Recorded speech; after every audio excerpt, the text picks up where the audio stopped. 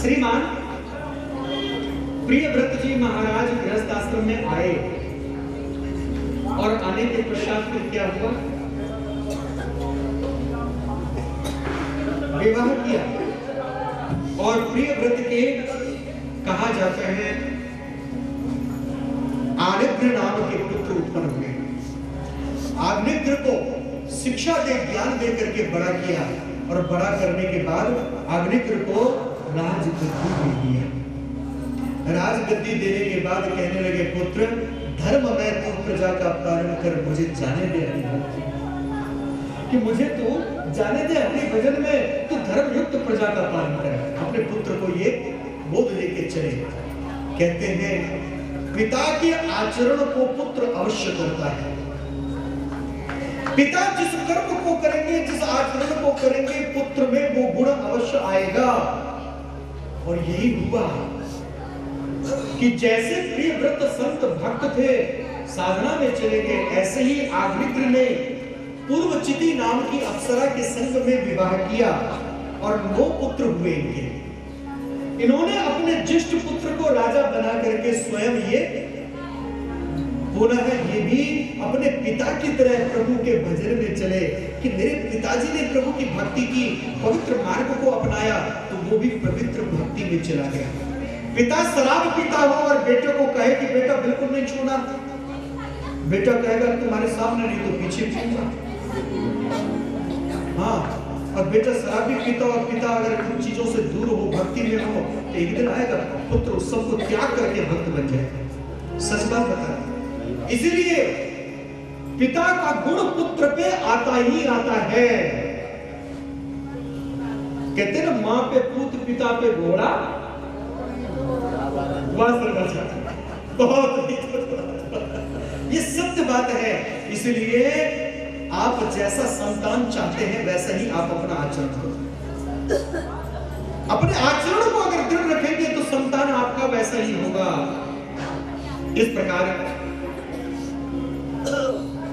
इनके यहां ज्येष्ठ पुत्र, इन्होंने अपने ज्येष्ठ पुत्र नाभि को भी, आग्निद्र ने भी अपने ज्येष्ठ पुत्र नाभि को राजगद्दी दिया और मेरु देवी के संग इनका विवाह किया। मेरु देवी और नाभि के घर में ये परम तपस्वी थे। गृहस्थ में रहते हुए भी परमात्मा का भजन करते रहते थे। निरंतर ईश्वर का भजन करते रहना, प्रभु का माला जाप करते रहना। जैसे देखो ना, शर्मा जी का क्या बड़ा पुण्य है। कभी मैं देख रहा हूं, एक यहाँ पे कथा में बैठा है, एक वहां कथा में बैठे हैं और युवा पुत्र है, और एक ऑफिस से आया है, न चाय पिया न कॉफी पिया है और सीधा माला हाथ में लेके माला जाप कर रहा है, इधर उधर दौड़ता हुआ। कथा भी सुन रहा है, लोगों की सेवा भी कर रहा है और माला भी जाप कर रहा है। एक पुत्र यहाँ पे बैठे हैं। तो ये इनके कर्मों का नतीजा है कि सब लोगों को मिला करके निष्काम संकीर्तन मंडल को बड़ा करके उसको करते करते ठीक है, जैसे तैसे सुन करके भी और सुना करके भी, सुनाने में भी कसर नहीं छोड़ते और सुनने में भी कसर नहीं छोड़ते।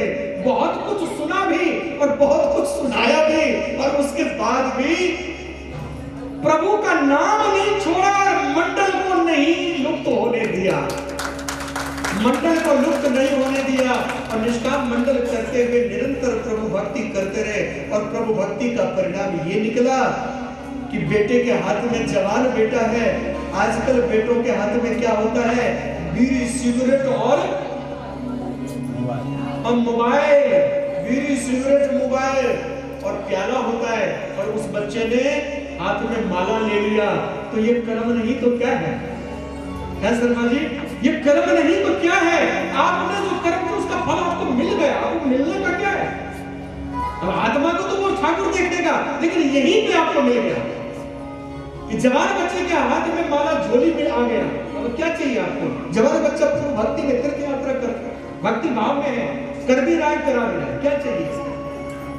तो ईश्वर इसी लोक में देता है। अवश्यमेव हि भोक्तव्यम कृतं कर्म शुभाशुभम। कैशियर साहब बैठे, बहुत पुराने, हमारे सोहनलाल जी बैठे, इन सब को देखो ना, इनके पुत्र भी लायक तपस्वी थे, गृहस्थ में रहते हुए भी परमात्मा का भजन करते रहते थे। निरंतर ईश्वर का भजन करते रहना, प्रभु का माला जाप करते रहना। जैसे देखो ना, शर्मा जी का क्या बड़ा पुण्य है। कभी मैं देख रहा हूँ, एक यहाँ पे कथा में बैठा है, एक वहां कथा में बैठे हैं, और युवा पुत्र है, और एक ऑफिस से आया है, न चाय पिया न कॉफी पिया है, और सीधा माला हाथ में लेके माला जाप कर रहा है, इधर उधर दौड़ता हुआ, कथा भी सुन रहा है, लोगों की सेवा भी कर रहा है, और माला भी जाप कर रहा है। एक पुत्र यहाँ कपिल जी बैठे हैं। तो ये इनके कर्मों का नतीजा है कि सब लोगों को मिला करके निष्काम संकीर्तन मंडल को बड़ा करके उसको करते करते ठीक है, जैसे तैसे सुन करके भी और सुना करके भी, सुनाने में भी कसर नहीं छोड़ते और सुनने में भी कसर नहीं छोड़ते। बहुत कुछ सुना भी और बहुत कुछ सुनाया भी, और उसके बाद भी प्रभु का नाम नहीं छोड़ा और मंडल को नहीं लुप्त होने दिया, मंडल को लुप्त नहीं होने दिया, और निष्काम मंडल करते हुए निरंतर प्रभु भक्ति करते रहे। और प्रभु भक्ति का परिणाम ये निकला कि बेटे के हाथ में, जवान बेटा है, आजकल बेटों के हाथ में क्या होता है, बीड़ी सिगरेट और मोबाइल, बीड़ी सिगरेट मोबाइल और प्याला होता है, और उस बच्चे ने हाथ में माला ले लिया। तो ये कर्म नहीं तो क्या है शर्मा जी? ये कर्म नहीं तो क्या है? आपने जो कर्म किया उसका फल आपको मिल गया, आपको मिलने का क्या है? अब आत्मा को तो वो ठाकुर देख देगा, लेकिन यहीं पे आपको मिल गया। ये जवान बच्चे के हाथ में माला झोली में आ गया, अब क्या चाहिए आपको? जवान बच्चा पूर्ण भक्ति में तीर्थ यात्रा कर, भक्ति भाव में है, कर भी रहा है, करा भी रहा है, क्या चाहिए? तो ईश्वर इसी लोक में देता है। अवश्यमेव हि भोक्तव्यम कृतं कर्म शुभाशुभम। कैशियर साहब बैठे, बहुत पुराने, हमारे सोहनलाल जी बैठे, इन सब को देखो ना, इनके पुत्र भी लायक। ज्येष्ठ पुत्र भरत को राजगद्दी देंगे, ये भी भक्ति में चले गए।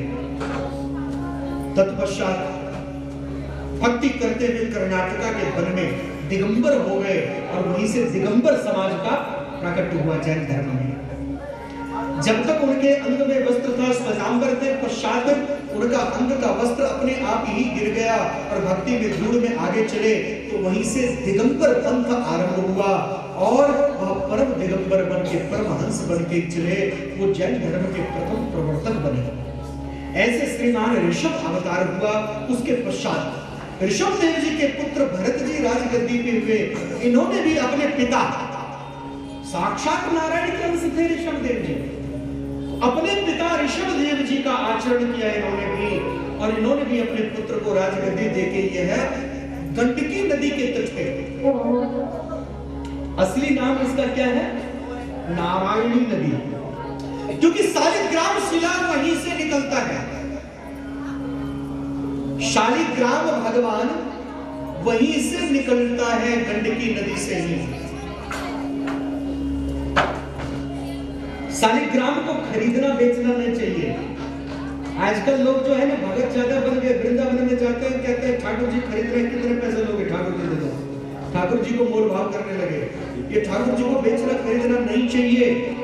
उसमें भी लड्डू को बात तो ठीक है, लेकिन जाकर के क्या करते, शालिग्राम को खरीदने लग जाते हैं। शालिग्राम शिला जो साक्षात नारायण है, शालिग्राम को रखने की इच्छा हो तो जाओ नारायणी नदी गंडकी में, वहां तुलसी पत्र खूब सारा ले जाओ और वहां चढ़ाओ और कहो, हे प्रभु आप मेरे घर आओ, मुझ पर कृपा करो, और उस जल में हाथ डालो, अपने आप वहां से शालिग्राम शिला निकलेंगे, प्रसाद रूप में मिलेगा, और उसके अंदर स्वर्ण तत्व होता है, और उसको स्थापित करो।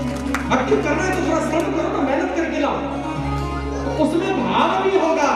और नहीं तो सारे ग्राम घर के उसमें मंदिर में पड़ा है, फूल तो खा लिया, रसमलाई ला करके, और सारे ग्राम को इस मिश्री भी, वो भी आजकल केमिकल वाली मिश्री, क्रिस्टल वाली छोटी आने लगे, वो केमिकल वाली, वो जहर है, और उस मिश्री को प्रसाद में बांटते हुए लोग बड़े खुश होते हैं।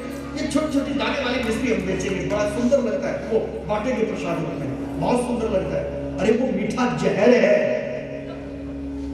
ये मिश्री दाने छोटे छोटे जो बढ़ते प्रसाद रूप में, ये मीठा जहर है, और इससे बचो। बांटना ही है तो कुंजा मिश्री बांटो जो डली वाली होती है, जो शरीर के लिए स्वास्थ्य के लिए अच्छा है। ये तो साक्षात केमिकल है। तो प्रभु को क्या करेंगे, ये मिश्री की डली ले, वो भी क्रिस्टल वाली मिश्री थोड़ी सी लेंगे, प्रभु ले खा लो, और वो भी याद आई तो क्यों? क्योंकि अनायास मिल गए ना, दुकान से खरीद कर आए। इसलिए भगवान भी सोचते हम तो दुकान वाले हैं। भक्ति से लेकर के आओगे अगर वहां से, तो फिर भगवान के प्रति विशेष भाव होगा। अपने बच्चे ने भोजन किया न किया, लेकिन मन तड़पेगा, पहले मेरे ठाकुर को खिला दो, फिर लाला हम तुझे खिलाता। यदि ठाकुर से प्रेम किया तो उस भाव से करो, अन्यथा कौन कहता है? हाथ जोड़ो तो मन से पूजा करो, मन से ध्यान करो, मन परमात्मा के चरणों में रखो। बनावट दिखावट और सजावट से, लोक दिखावा से प्रभु कभी खुश नहीं होते। कि तेरे ठाकुर रखे तो मैं भी रखूंगा। भले सेवा मैं करूंगा या नहीं करूंगा, लेकिन रखूंगा। इसलिए याद रखना, ठाकुर तभी रखो, और ठाकुर इतना हो तो पीढ़ी दर पीढ़ी उसकी सेवा करो बड़े भाव सारी ग्राम सेना को। तो श्रीमान भरत जी गंडकी नदी के तट पर, नारायणी नदी के तट पर पुलह ऋषि, पुलस्त अलग ऋषि हुए हैं, पुलह ऋषि अलग हुए हैं। पुलह ऋषि ब्रह्मा जी के पुत्र थे। तो पुलह ऋषि के आश्रम के निकट छोटी सी कुटीर बनाया और वहां हरि भजन करने लगे। भजन करते करते एक दिन ऐसा हुआ कि वो गंडकी नदी में सूर्य नारायण को अर्घ दे रहे थे। उसी समय एक गर्भणी हिरणी जल पीने हेतु वहां आई, और जैसे ही जल पीने लगी, उसी समय सिंह की दहाड़ की जोर से आवाज आई, जोर से सिंह की गर्जना की आवाज आई। वह स्वभाव से ही डरपोक भीरू हिरणी घबरा करके छलांग लगाया जल में। गर्भ का समय पूरा हो रहा था। उसी समय क्या हुआ कि गर्भ का संतान ने जन्म ले लिया। वह जल में कूद गई और संतान भी जल में बह रहा था। श्रीमान भरत जी ने उस संतान को पकड़ा। श्रीमान भरत जी महाराज ने उस संतान को पकड़ा और अपने आश्रम में ले आए। हिरणी तो समाप्त हो गई, हिरणी समाप्त हो गई। बालक को ले आए, हिरणी के बच्चे को, और ला करके घर में स्वच्छ किया, पाला और धीरे धीरे बड़ा किया। अब धीरे धीरे जब बड़ा हुआ तो उसको वन में छोड़ने के लिए चले कि वन का जीव है, वन में छोड़ दिया। हिरणों के झुंड में छोड़ा, लेकिन शुरू से भरत जी को देखा था, अपने हिरणों के झुंड में भी जाकर के वहां नहीं गया। वापिस दौड़ता दौड़ता ऋषिवर के पीछे, भरत जी के पीछे पीछे आ गया। अब भरत जी के जब पीछे आया, फिर दोबारा छोड़ने के फिर पीछे आ गया, तो सोचने लगे ये तो मुझसे बड़ा प्रेम करता है। हाय मेरा बच्चा बड़ा प्रेम करता है। मोह हो गया, संपूर्ण पृथ्वी का, संपूर्ण भरतखंड का साम्राज्य छोड़ दिया, अनेक पुत्र पौत्र छोड़ दिया, लेकिन एक हिरण के बच्चे में हो गया। हाय मेरा बच्चा। अब साधना करने बैठते तो वो पीठ खुजलाता, तो झट से उसे गोद में बिठा लेते। गोद में बैठे बैठे उनकी माला झोली को, उनके साधना को, हाथ को चाटता तो उसे स्नेह करने लग जाते, छोड़ देते बदन के, तो उसी का ख्याल करते, उसका ध्यान करते करते जब अंत काल आया तो अब मेरे बाद इसका क्या होगा, ये सोचते सोचते शरीर शांत हुआ। तो जिसको अंत काल में याद करोगे वही योनि मिलेगी। मिल गया हिरण की योनि। याद करते करते हिरण को प्राण त्यागा, हिरण की योनि प्राप्त हुआ, और हिरण की योनि प्राप्त करने के बाद एक कहते हैं किए गए पवित्र कर्म कभी खत्म नहीं होता। सत्कर्म के बल के कारण उनकी सुमति बनी रही और उन्हें पता रहा कि मैं भरत हूं। वह सूखे पत्तों को खाते, किसी को कष्ट नहीं देते, हरि भजन करते रहते। तन छूटा, तन छूटा, ब्राह्मण शरीर को प्राप्त किया अगला जन्म। बोले क्यों? क्योंकि हरि को याद किया। हरि को याद किया तो हरि ने सुंदर ब्राह्मण वर्ण उनको दिया, ब्राह्मण शरीर दिया, और पुराना ज्ञान भी उनके अंदर बना रहा। अब जब इनके अंदर पुराना ज्ञान बना रहा तो अब सोचने लगे कि अब मैं इस मनुष्य जन्म में कुछ बोलूंगा नहीं, मौन ही रहूंगा।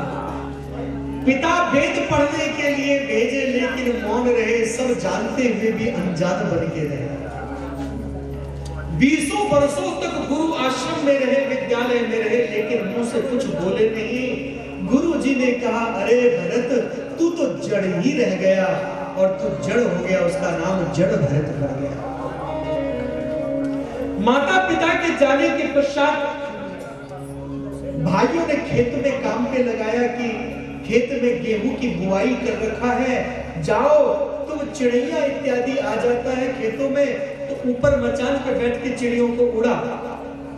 वह चिड़ियों को उड़ाने के लिए जैसे गुड़े लेके पहुंचा, तो वहां क्या देखता है कि छोटी छोटी रंग बिरंगी चिड़िया, नीली पीली हरी अद्भुत रंग बिरंगी चिड़िया आ रही हैं और दाना चुग रही हैं। उन चिड़ियों को जब देखा तो मन में आया कि मैं इन्हें क्यों मारूं, मैं इतना खाता हूं तो मुझे कोई कुछ नहीं कहता, और चिड़िया 2 दाने खा रही है, इसके लिए मैं इनको मार डालूं? ना ना ना, राम जी को चिड़िया, राम जी को खेत, खा मेरी चिड़िया भर भर के, सब कुछ मेरे प्रभु का है। उन चिड़ियों में परमात्मा को देख करके प्रसन्न रहने लगे, चिड़ियों में भी ईश्वर देखने लगे। भाइयों ने देखा, कहा भैया तू तो सारा खेत भी नष्ट कर देगा, चल तू घर पे आराम से बैठ के खा। भाइयों ने सोचा कि देख भैया ऐसे तो काम नहीं चलेगा, ये तो अन्न खाता है, पड़ा रहता है, हमारे पति काम करते हैं, तो बोले क्या करें इसको, अन्न नहीं, इसको चोकर की रोटी देंगे। चोकर की रोटी खिलाने लगे, आटा छान करके जो छन्नी बचता था उसकी रोटी देने लगे। लेकिन कहा जाता है कि घर की क्यारी में तुलसी को सींचो तो तुलसी सूख जाती है, घर की क्यारी की गमले की तुलसी सूख जाती है, लेकिन जंगलों में कभी तुलसी देख के आओ, जंगल के वृक्षों को देख के आओ, वो इतने हरे भरे हैं, उनको कौन सींचता है? तो कोई सोचे कि किसी को कोई 2 रोटी देने से वो सींचता है, नहीं, कि तुलसी बिरवा बाग की सींचत ही कुमलाए, राम भरोसे जो रहे वो पर्वत पर हरिया, राम भरोसे जो रहे वो पर्वत पर हरिया।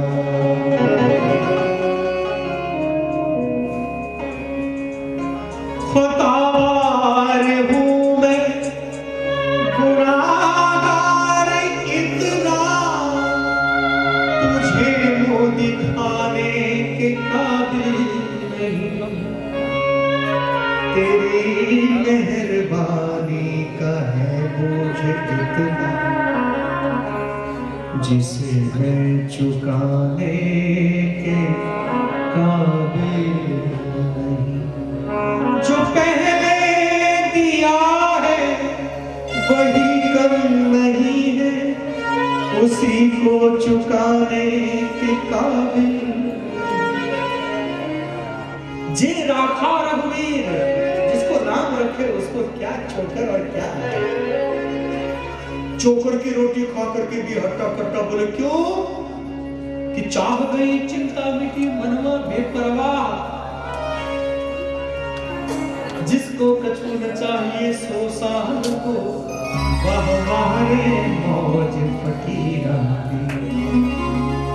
कभी तो खाते चना चदीना और कभी लपेटा खीरा दी, वाह रे मौज। जो मस्त हो जाता है, मुझे मेरी मस्ती कहाँ लेके आई, जहां से चला मैं वही लेकर आई, मुझे मेरी मस्ती कहाँ लेके आई। न कोई शिकवा न कोई शिकायत, उसी से चला मैं उसी तक ले आई, मुझे मेरी मस्ती कहाँ लेके आई, जहां से चला मैं बस वही लेकर के आया, वही लेके आया। जो उसकी मस्ती में मस्त हो जाता है,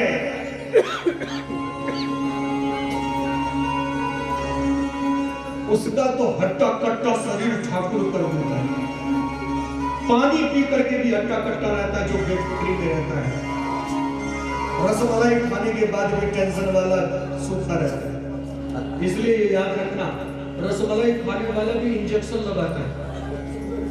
हाँ, इसलिए याद रखना, परमात्मा की कृपा हो सब कुछ चलता है।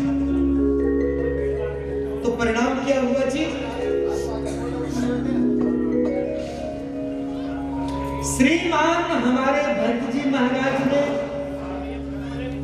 चोकर खा करके भी आनंद मनाते रहे, प्रभु भजन करते रहे गुप्त रूप से। भाभियों ने कहा चोकर खाने के बाद भी हट्टा कट्टा रहता है, ये तो हमारे गाय भैंस खाएंगे तो और ताकतवर होंगे। उसको कहा भैया तू जा। चले गए, तू जा, चले गए, मुझसे कुछ बोलने गए। रास्ते में कुछ बिल्ली मिल गए, बोले ऐसा हट्टा कट्टा भद्रकाली खुश होगी, इसकी बलि देंगे, बलि भद्रकाली। बिल्लों ने पकड़ लिया, नहलाया धुलाया, नहा लिए, खूब सारे मावा मिष्ठान रखे, मावा मिष्ठान खाने लगे। वही तलवार को तेज कर रहे हैं, धार बना रहे हैं और ये मावा खा रहे हैं। बिल्लों ने कहा अजीब प्राणी है, इसको मरने से डरने अभी तलवार को तेज कर रहे हैं और ये मावा खा रहे हैं, लगता भद्रकाली तो अवश्य कुछ होगी। और जैसे कहा अब तुम लेट जाओ, तेरी तुम्हारे से डर अलग करेंगे, वो लेट गए।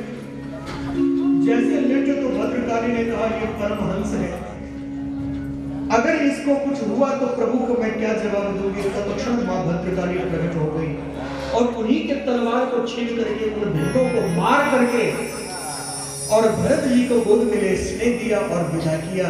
भरत जी अब भी चुप हैं, क्योंकि भरत जी जानते हैं कि मां मन की बात जानती है, मन की स्थिति जानती है। आज भी भरत जी कुछ नहीं बोले, मौन रहे, क्योंकि व्रतों में, सब व्रतों में श्रेष्ठ अगर कोई व्रत है तो वो मौन व्रत है।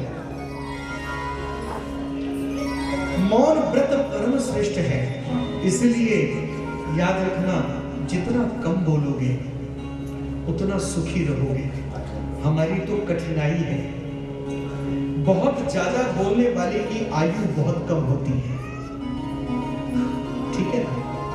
कहते खिचड़ी तभी तक बल बलाती है जब तक पक नहीं जाती, पकने के बाद खिचड़ी चूल्हे पे बल बलाती नहीं है। चूल्हे पर चढ़ी हुई खिचड़ी बल बलाती है। इसलिए जब पक जाता है तो मन मगन भये तो क्यों बोले, मन मगन भये तो क्या बोले। हंसा पाया मान सरोवर ताल तलैया क्यों डोले, मन मगन भया तो क्यों बोले।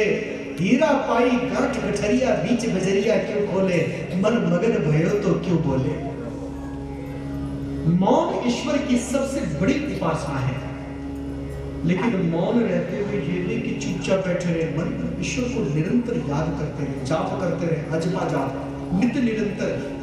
तो कोई कहता है कि हम तो बोलते नहीं, कि हम तो बिल्कुल चुप रहते हैं। बोले हाँ, कच्ची खिचड़ी भी बिल्कुल चुप रहती है, चूल्हे पे चढ़ने के बाद बलबलाती है, फिर पकती है।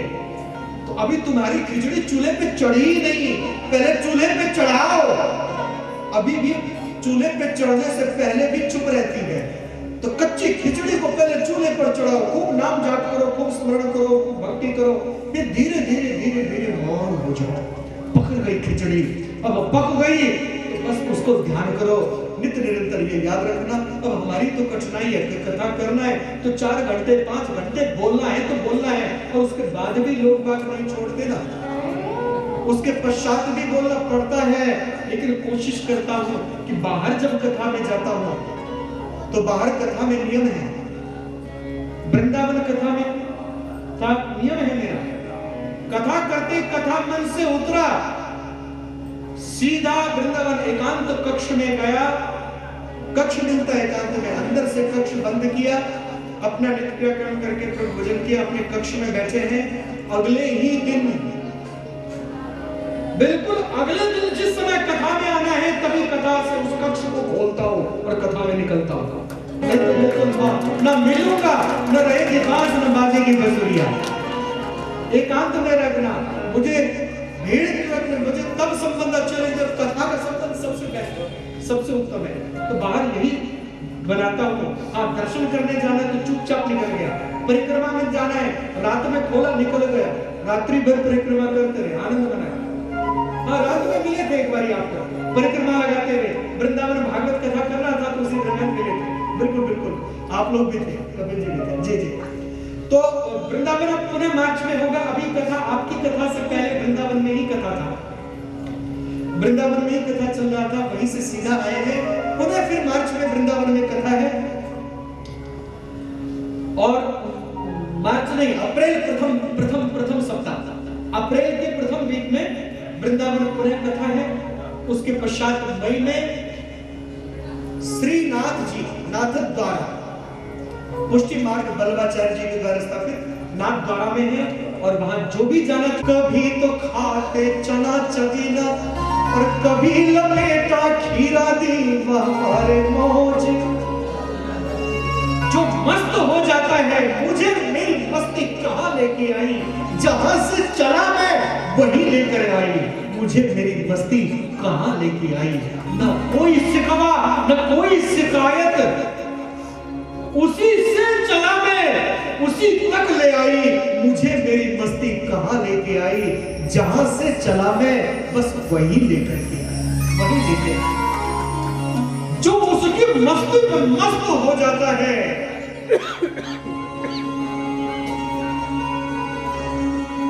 उसका तो हट्टा कट्टा शरीर ठाकुर कर देता है। पानी पी करके भी हट्टा कट्टा रहता है, जो बेफिक्री में रहता है। रसमलाई खाने के बाद भी टेंशन वाला सूखा रहता है। इसलिए याद रखना, रसमलाई खाने वाला भी इंजेक्शन लगाता है।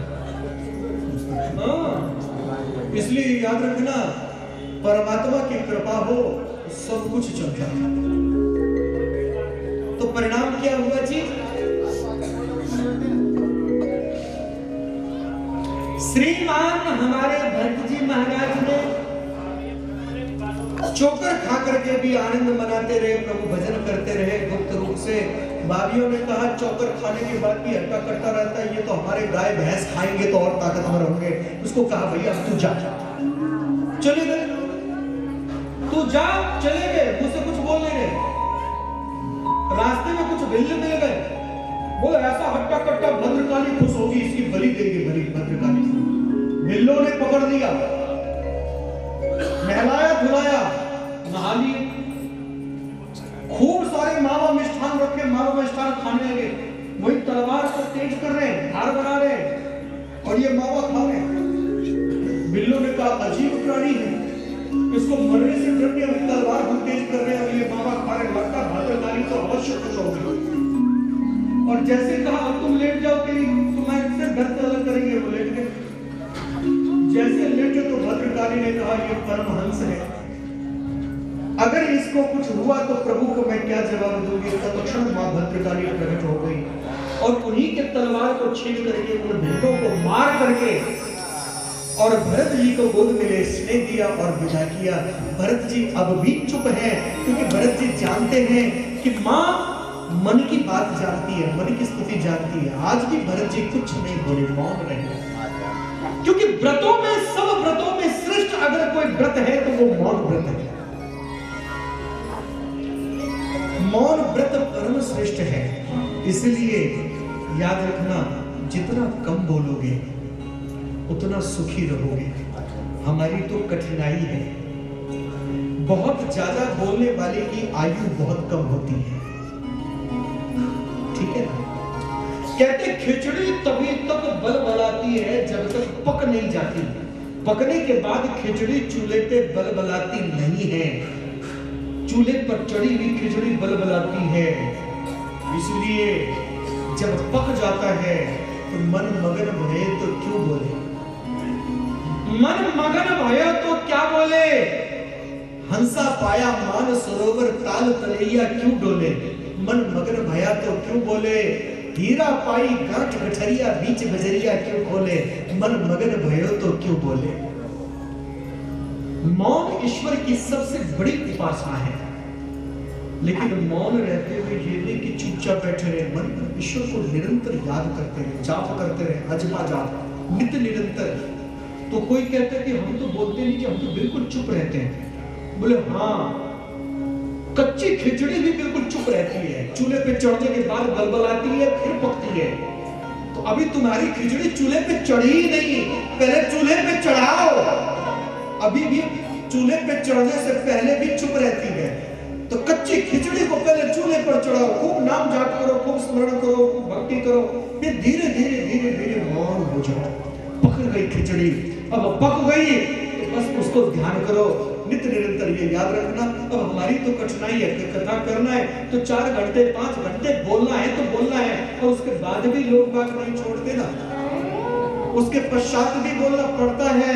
लेकिन कोशिश करता हूं कि बाहर जब कथा में जाता हूं तो बाहर कथा में नियम है, वृंदावन कथा में नियम है मेरा, कथा करते कथा मन से उतरा, सीधा वृंदावन एकांत कक्ष में गया, कक्ष मिलता है एकांत में, अंदर से कक्ष बंद किया, अपना नित्यक्रम करके फिर भोजन किया, अपने कक्ष में बैठे हैं।